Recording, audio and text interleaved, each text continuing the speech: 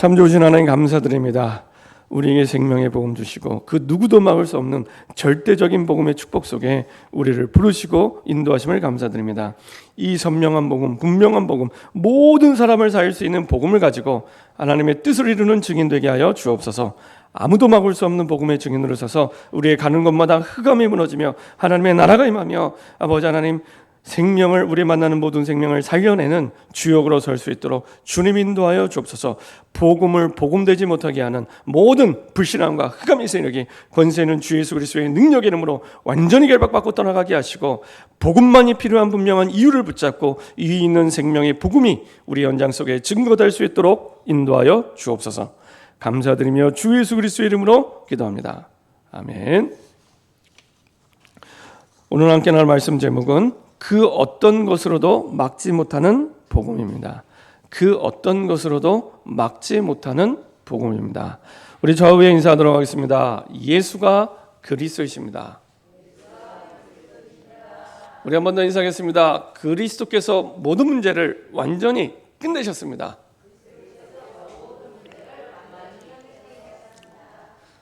우리 한 번 더 인사하겠습니다. 복음은 아무도 막을 수 없습니다. 네, 그 어떤 것으로도, 대통령으로도, 전쟁으로도, 그 어떤 것으로도 복음은 막을 수 없습니다.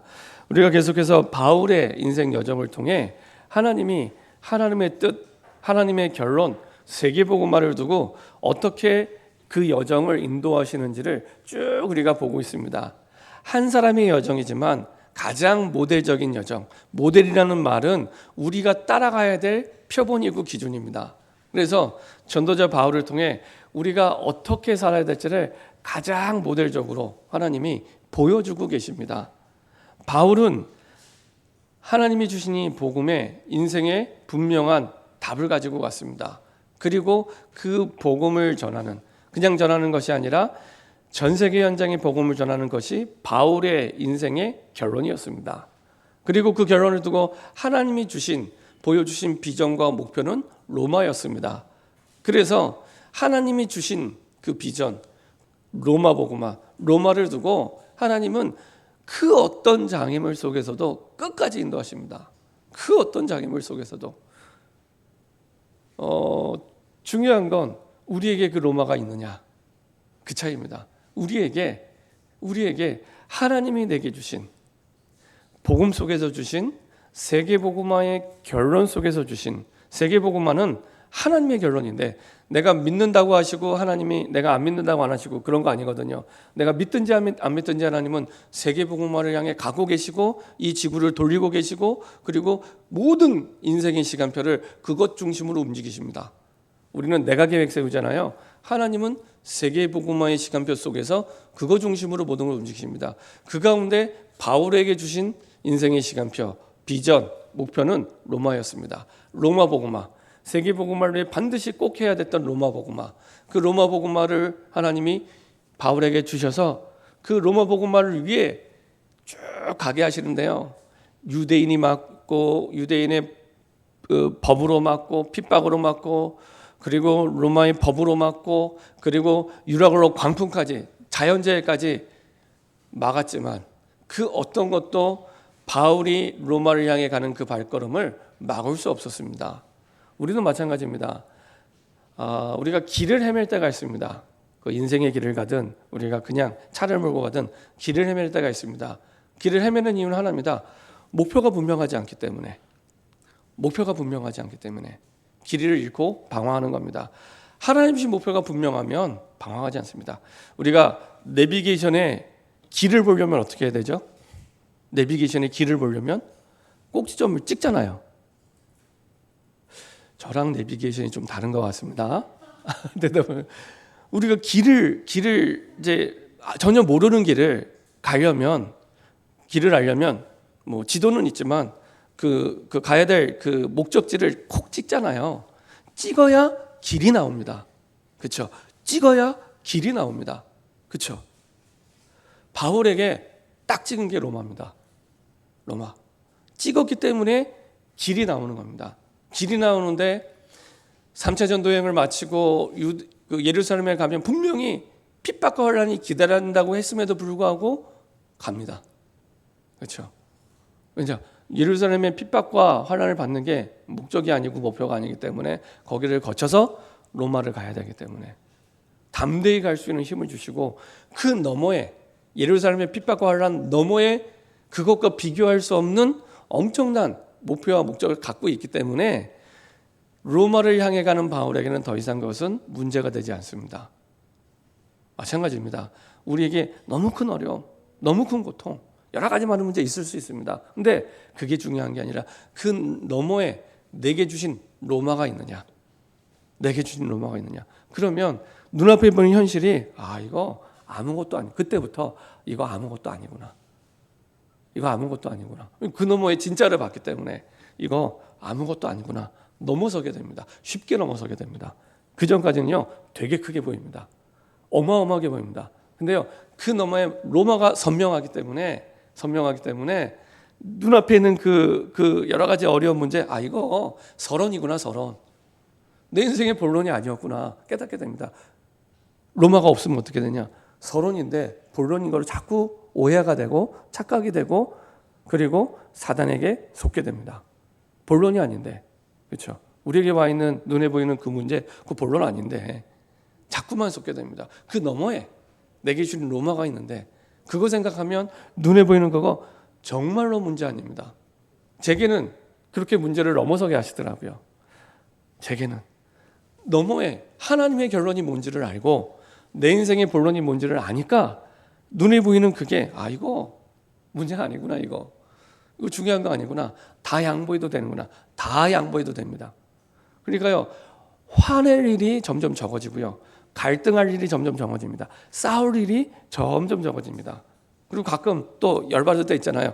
열받았다가도 빨리 회복이 됩니다.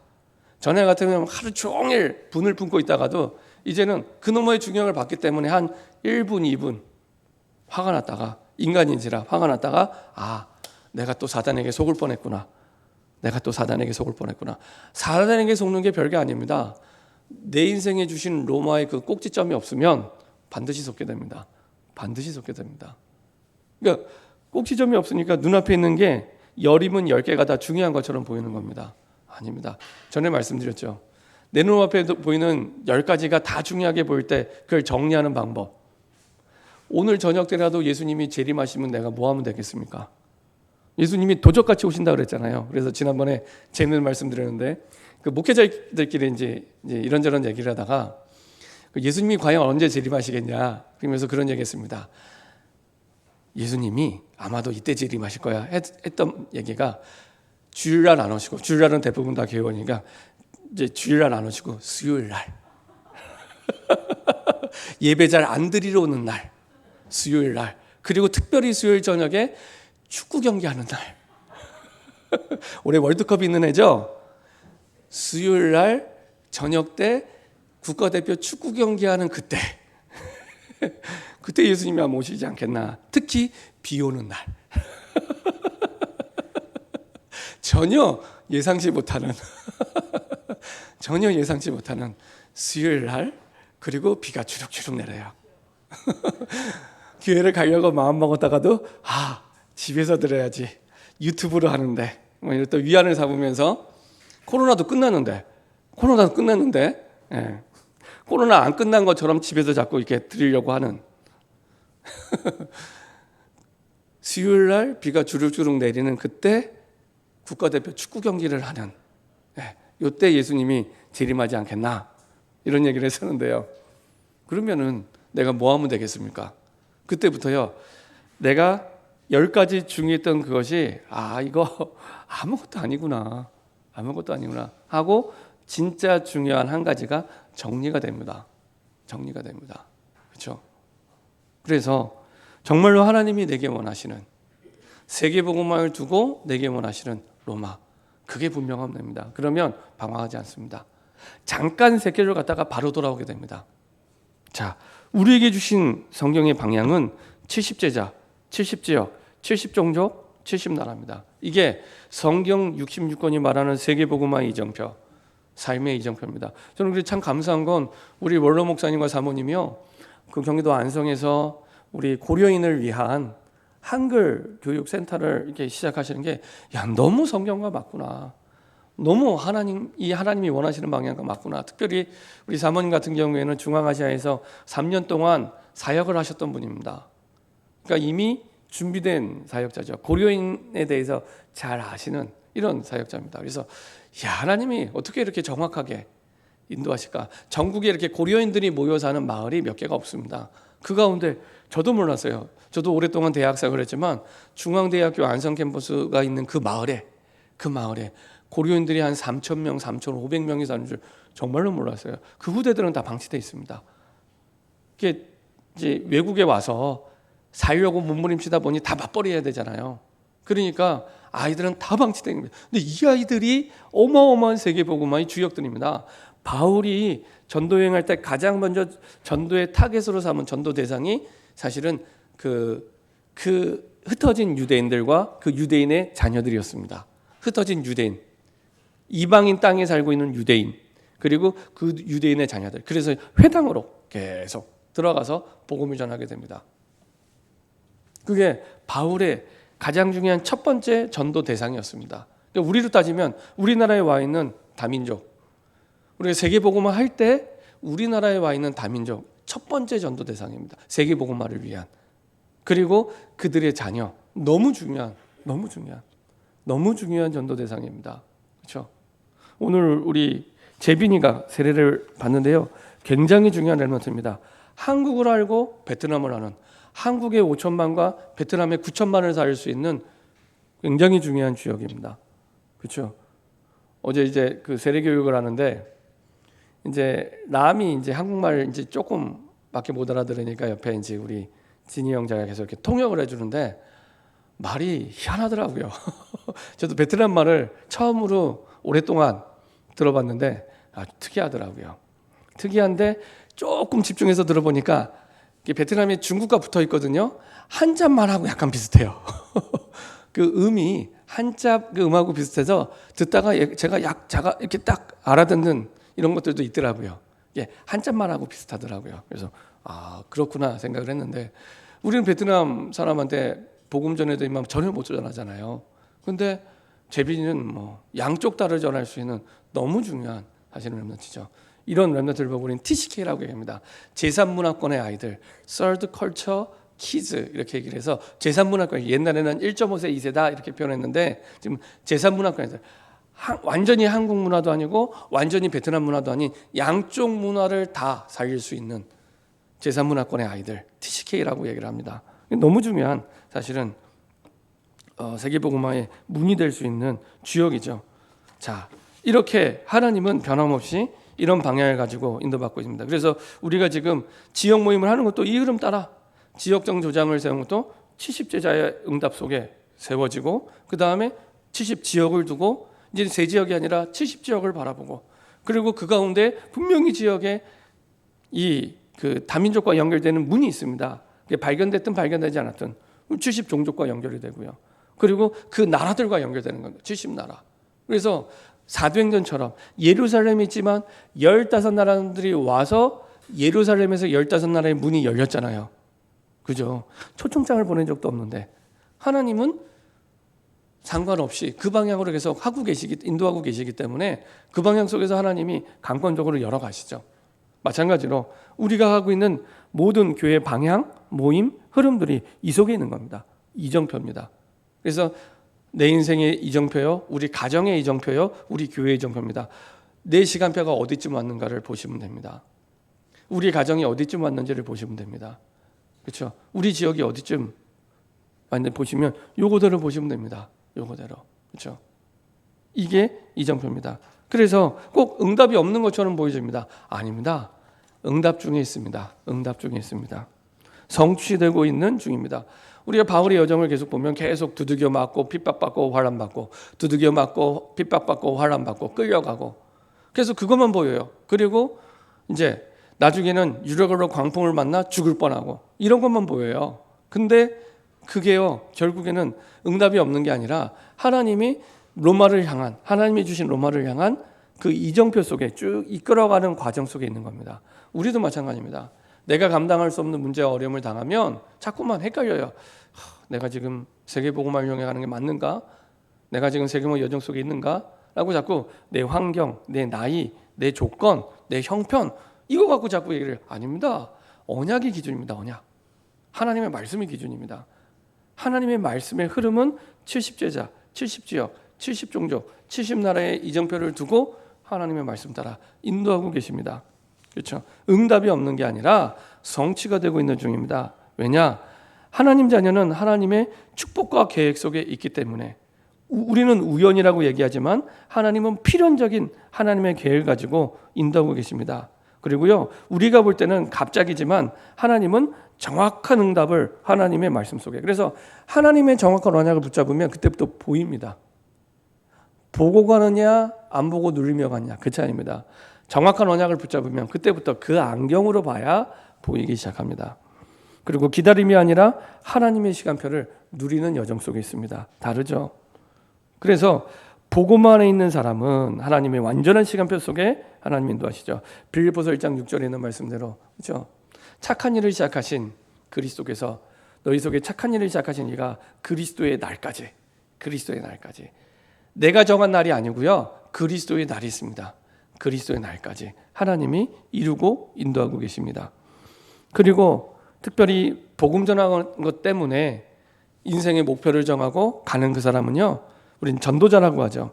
그것 때문에 부름받은 사람, 그 전도자는 하나님이 특별히 더 완전히 책임지십니다.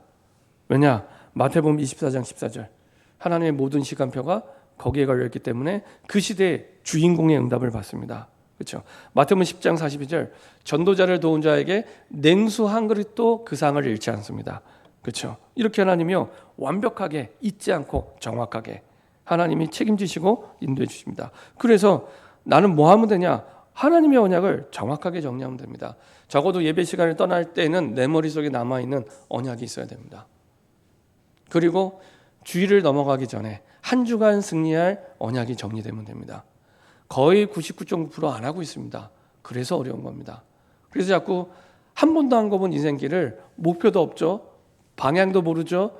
장님처럼 가는 겁니다. 시편 119편 105절 하나님의 말씀은 우리가 가는 길에 빛이라고 말씀하고 있습니다. 빛 없이 길을 가보셨나요? 저는 가봤습니다. 제가 전에 대학생들 데리고 지금 RLS 함양에 가게 됐는데 이제 그쪽에 이제 전도 캠프 하러 가는데 주일 밤에 이제 도착하게 됐습니다. 밤 11시쯤 됐던 것 같아요. 근데 함양인데 함양이 굉장히 꼴짝이더라고요. 굉장히 꼴짝이에요. 그리고 이제 고속도로를 벗어나서 국도 가다가 나중에 그 동네 마을로 접어드는데 밤인데 가로등이 하나도 없어요. 한밤중에 가로등이 하나도 없어요. 그야말로요. 그 책 속에 나오는 칠흑 같은 어둠. 이게 이해가 돼요. 칠흑 같은 어둠. 깜깜해갖고 아무것도 안 보여. 그래고요. 제가 이제 장난치기 좋아하니까 일부러 헤드라이트를 끄고 차를 갔더니 차 안에 탔던 청년들이 다 놀래고 뒤집어지고 막 그러더라고요. 옆에서 이렇게 놀래기도 하고. 그래서 다시 딱 불을 켜니까 길이 보이고 마침 그 동네가요 무슨 양파를 재배하는 마을인가 봐요. 길거리에 양파를 수북히 이렇게 막 누가 가져가도 모를 만큼 양파를 정말 산더미처럼 쌓아놨더라고요. 길가에. 그 사이로 이렇게 갔던 기억이 있습니다. 그러니까 빛이 없으면 계속 들이받고 부딪히고 상처받고 넘어지고 빛이 없으니까 불을 켜야 길이 보이고 가게 되는 겁니다. 제가 함양이라는 딱 목적지를 찍고 불을 켜니까 그거대로 정확하게 가잖아요. 그죠? 정확한 언약. 딴 건 몰라도 언약은 정확하게 붙잡으셔야 됩니다. 그 속에서 모든 응답이 시작됩니다. 그래서 모든 것을 하나님께 질문하고 그 속에서 주의 말씀을 정리하고 그 속에서 하나님이 주신 답, 내가 좋아하는 답이 아닙니다. 하나님이 주신 답, 말씀 속에. 그리고 그 성경 구절을 확정하고 가시면 됩니다. 그 속에서 100% 응답받는 기도 제목이 확정되고요. 그리고 확인하시면 됩니다. 정말 주신 말씀을 이루고 계시는지, 주신 기도 제목을 응답하고 계시는지, 정말 그 말씀대로 역사하시는지. 하나님이 우리에게 말씀 주시는 건 구원의 역사 때문에 주시는 겁니다. 그래서 전도 대상을 두고 우리가 말씀 받을 때 가장 정확한 말씀 성취를 우리가 체험하고 보게 됩니다. 그때 비로소 이 말이 이해가 됩니다. 두려워 말라. 최고의 기회를 주신 거구나. 그렇죠? 바울이 276명을 살릴 수 있는 최고의 기회. 그리고 로마에 가는 가장 중요한 길을 하나님이 인도하고 계십니다. 부러워 말라. 이전에 세상이 그렇게 부러운데 이거는 부러워할 건 줄 알았는데 없어야 될 거. 진짜 부러워할 거는 전도자 바울의 생애를 정말 부러워하면 되는구나. 부러워 말라. 없어야 될 것입니다. 우습게 보지 말라. 현실에서 사단에게 속지 않도록. 우습게 보면 사단에게 또 속게 됩니다. 그리고 하나님은 전도자를 완전히 책임지십니다. 자, 왜 이렇게 하나님이 인도하셨냐? 첫 번째로 한 번도 복음은 막힌 적이 없습니다. 그렇죠? 바로왕이 막을 수 없었고 10가지 재앙이 막을 수 없었고 결국에는 유월절 그 어린 양의 피로 말미암아 출애굽의 기적과 응답을 누리게 하고요. 유대 이스라엘의 역사 속에서 강대국이 막을 수 없습니다. 강대국이 막을 수 없었습니다. 바벨론이 막을 수 없었고 그리고 로마가 막을 수 없었고 그 어떤 왕도 영웅도 하나님이 단 한 가지 복음의 언약을 막을 수 없습니다. 다 막을 수 있다고 생각합니다. 근데 복음의 언약은 막을 수 없습니다. 아무리 강한 사람도 막을 수 없습니다. 아무리 뛰어난 사람도 막을 수 없습니다. 복음의 언약은 막을 수 없습니다. 그래서 복음에 대해서 당연, 필연, 절대성에 눈이 열리게 됩니다. 그렇구나. 하나님 자녀에게 이 세상을 살도록 주신 당연한 복음. 그렇죠? 이걸 깨닫게 됩니다. 요한복음 14장 6절. 그렇죠? 우리에게 유일한 길 되신. 그렇죠? 당연한 복음. 하나님 자녀에게 주신. 그리고 진짜 이 당연한 복음이 내 인생의 유일한 길이라고 깨달아질 때 우리에게 이거는 꼭 필요하고 모두에게 꼭 필요한 겁니다. 필연적인 복음. 있어도 되고 없어도 되는 게 아니라 꼭 필요한 복음입니다. 꼭 필요한 복음. 그렇죠? 꼭 필요한 복음입니다. 반드시 있어야 될 복음. 그리고 절대적인 복음. 그래서 이 복음은 아무도 막을 수 없구나. 이게 복음의 당연성, 필연성, 절대성입니다. 특별히 사도행전 4장 12절 다른 이로서는 구원을 얻을 수 없나니 천하 인간의 구원 얻을 만한 다른 이름을 우리에게 주신 적이 없느니라.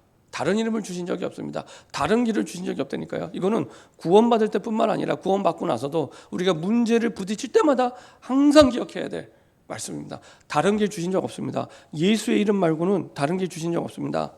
다른 방법 찾지 마세요. 예수 이름 부르시면 됩니다. 다른 길 주신 적 없습니다. 그렇죠? 복음의 당연, 필연, 절대. 그렇죠? 이 복음은 한 번도 막힌 적이 없습니다. 그래서 복음을 전하는 전도자, 복음을 전하도록 부름받은 전도자 바울을 금할 자가 없었습니다. 이전 개역 성경에는 우리 성경에는 마지막에 주 예수 그리스도에 관한 모든 것을 담대하게 거침없이 가르치더라 이렇게 표현했는데 이전 성경 개역 성경에는 이 복음 전하는 것을 금하는 자가 없더라 이렇게 표현되어 있습니다. 그래서 아무도 이를 금하지 않는 아무도 막을 수 없는 복음의 축복 속에 하나님 부르셨습니다. 특별히 이때 바울의 형편은 그런 거였습니다. 역사를 보면 AD 61년경에 로마에 바울이 도착했다고 합니다. 그리고 나서 아직 기소가 되지 않은 상태예요. 우리가 재판을 받으려면 기소를 해야 되잖아요. 지금도. 근데 아직 기소가 되지 않은 좀 이제 구치소에 갇혀 있는 상태라고 보시면 됩니다. 한 2년 동안을 그런 상황으로 지내게 됩니다. 바울이.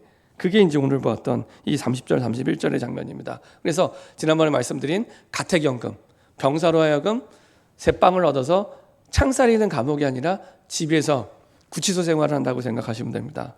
그런 생활을 하게 되고요. 2년 동안 그렇게 지내게 됩니다. 근데요, 이 2년 동안 하나님이 얼마나 은혜 주셨냐?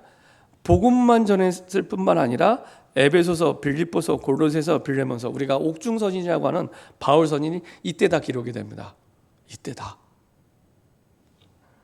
그리고 2년 마치고 나서 그래도 기소가 안 된 거예요. 그래서 자동적으로 자유인이 됩니다. 그리고 또 이제 역시 바울이 성경에는 안 나와 있지만 다시 또 순회 전도 여행을 떠납니다.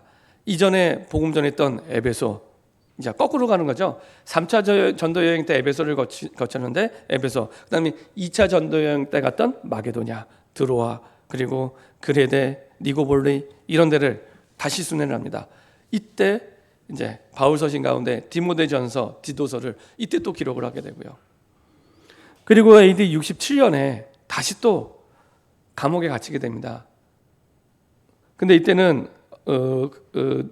어떤 시대였냐면 네로 황제, 여러분들 잘 아시는 것처럼 그 기독교를 어마어마하게 핍박했던, 기독교를 핍박하기 위해 자기 그 로마의 도시에 불을 질렀던 네로 황제 시대입니다. 이때 다시 투옥이 되고 바울이 순교를 하게 됩니다. 참수를 당했다고 하는데요. 이 참수 당하기 직전에 마지막으로 쓴 게 디모데 후서입니다. 그러니까 바울 서신의 반 이상을 이때 이후로 다 기록에 남기게 됩니다.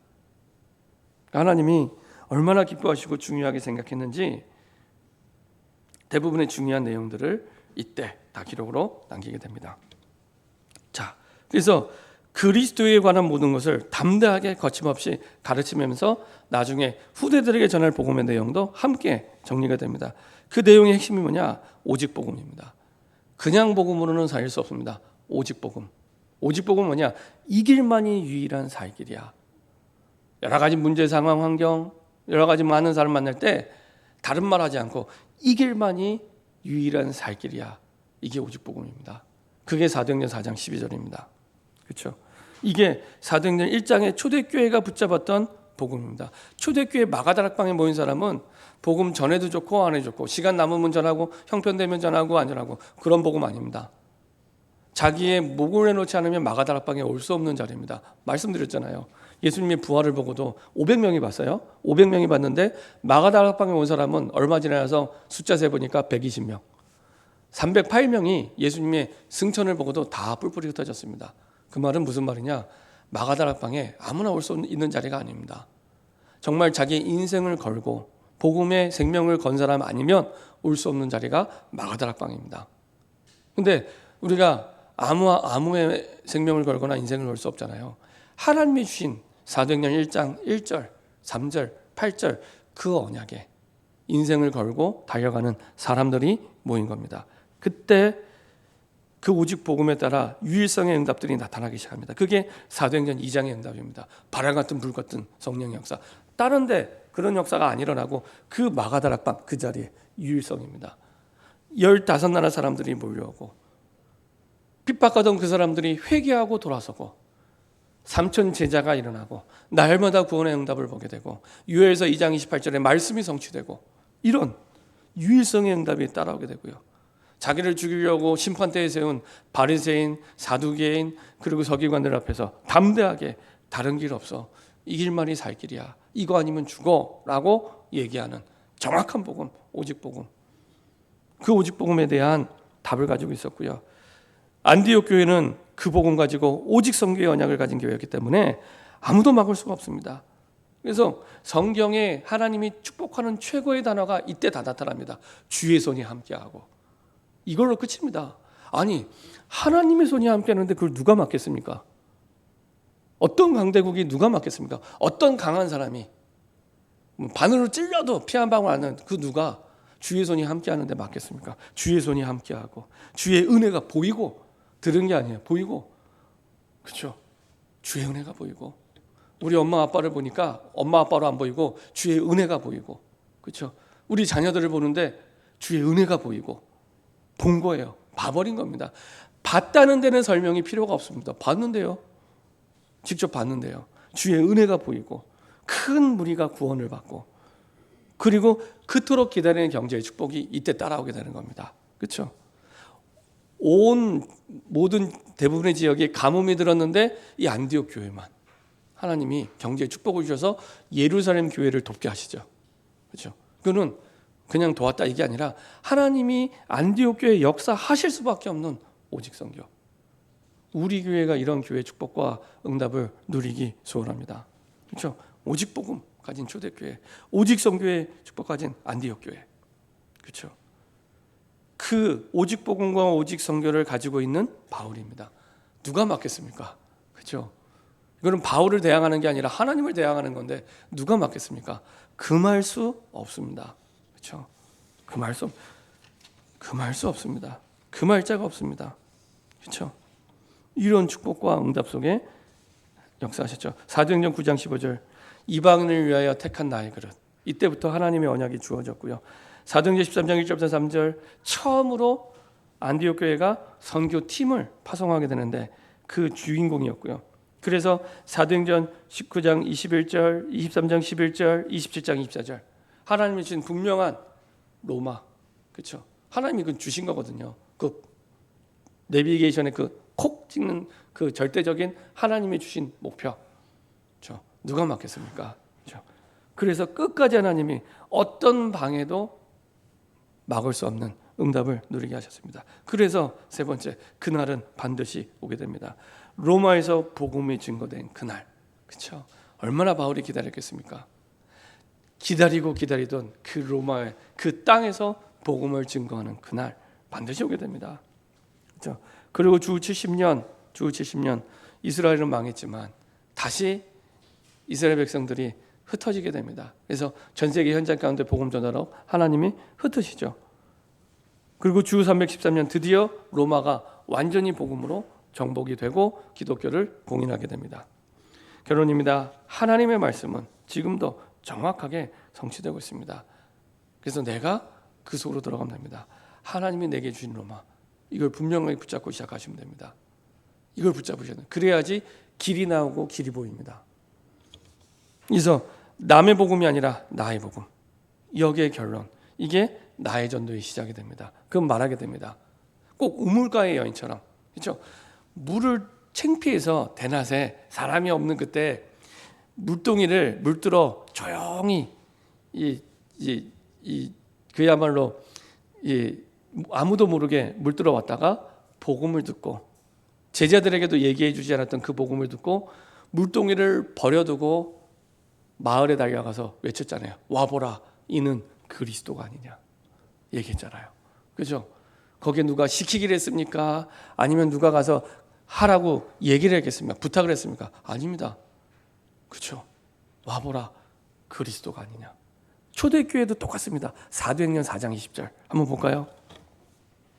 사도행전 4장 20절. 저는 볼 때마다 우리 모든 중직자 성도들이 이 복음에 가슴을 가지면 전도는 되어질 수밖에 없구나라는 생각을 가지고 있습니다. 사도행전 4장 20절. 초대교회 증인들이 고백하는 내용입니다. 사도행전 4장 20절입니다. 같이 합독하도록 하겠습니다. 우리는 보고 들은 것을 말하지 아니할 수 없다 하니, 우리는 보고 들은 것을 말하지 아니할, 목에 칼이 들어와도 그건 말해야 돼, 이 얘기입니다. 보고 들은 게 있는데 어떻게 말을 안 해? 지금 이 베드로가 자기를 죽이려고 심판대 앞에 세운 이 베드로 옆에 누가 있었냐면은 안전병 있잖아요. 40년 된 그 안전병가 옆에 딱 서 있는 겁니다. 그렇죠? 무슨 증거가 필요하겠습니까? 40년 동안 앉아 있다가 일어섰는데요. 그렇죠? 말이 필요가 없는 거예요. 그러니까 유대인 그 서기관 바리새인들이 할 말이 없는 겁니다. 자기도 다 알거든요. 성전 미문에 앉았기 때문에. 그래서요, 주변에 정말 어려우신 분들 있잖아요. 이분들이 복음 받으면 너무 중요한 많은 생명을 살릴 수 있는 전도의 문이 됩니다. 우리가 보고 들은 것을 말하지 아니할 수 없다. 말하지 않고는 견딜 수 없는 복음의 가슴을 가지게 됩니다. 말하지 않고는 견딜 수 없는 복음의 가슴. 우리 말 안 하는 게 어려워요. 받기 때문에 말 안 하는 게 어려운. 이게 초대교회 증인들이 가졌던 전도자의 가슴이었습니다. 나의 복음. 여기에 결론 낼 때 이 축복이 시작이 됩니다. 이게 나의 전도의 시작이 되고요. 그때 비로소 진짜 하나님이 내게 주신 나의 기도가 시작이 됩니다. 지금 나에 있는 현장을 두고, 지금의 직장, 학교, 가정, 지역, 교회를 두고 내가 혼자서라도 하나님 나라를 누리면 됩니다. 그게 시작입니다. 지금 있는 그곳에서 홀로 예배를 시작하시면 됩니다. 아무도 도와주지 않아도 괜찮습니다. 모든 사람을 살릴 수 있는 시작이 됩니다. 모든 현장을 바꿀 수 있는, 모든 운명을 바꿀 수 있는 시작이 됩니다. 가는 곳마다 모든 일 속에, 모든 현장 속에 그토록 우리가 원하는 가장 행복한 모델 하나님의 나라가 임하게 됩니다. 이런 축복과 응답을 누리는 증인 되기를 소원합니다. 기도하겠습니다. 주님 감사합니다. 그 어떤 것으로도 막지 못하는 복음 속에 우리를 부르시고 인도하심을 감사드립니다. 하나님 주신 세계복음화 이정표 속에 우리에게 약속하신 로마를 확정하게 하시고 보게 하시고 그 로마를 붙잡고 정확한 말씀을 따라가는 증인 되게 하여 주옵소서. 아무도 막을 수 없는 복음이 우리의 모든 현장 속에 오직 복음으로, 오직 선교로 바울처럼 전달할 수 있도록 주님 인도하여 주옵소서. 감사드리며 주 예수 그리스도의 이름으로 기도합니다. 아멘.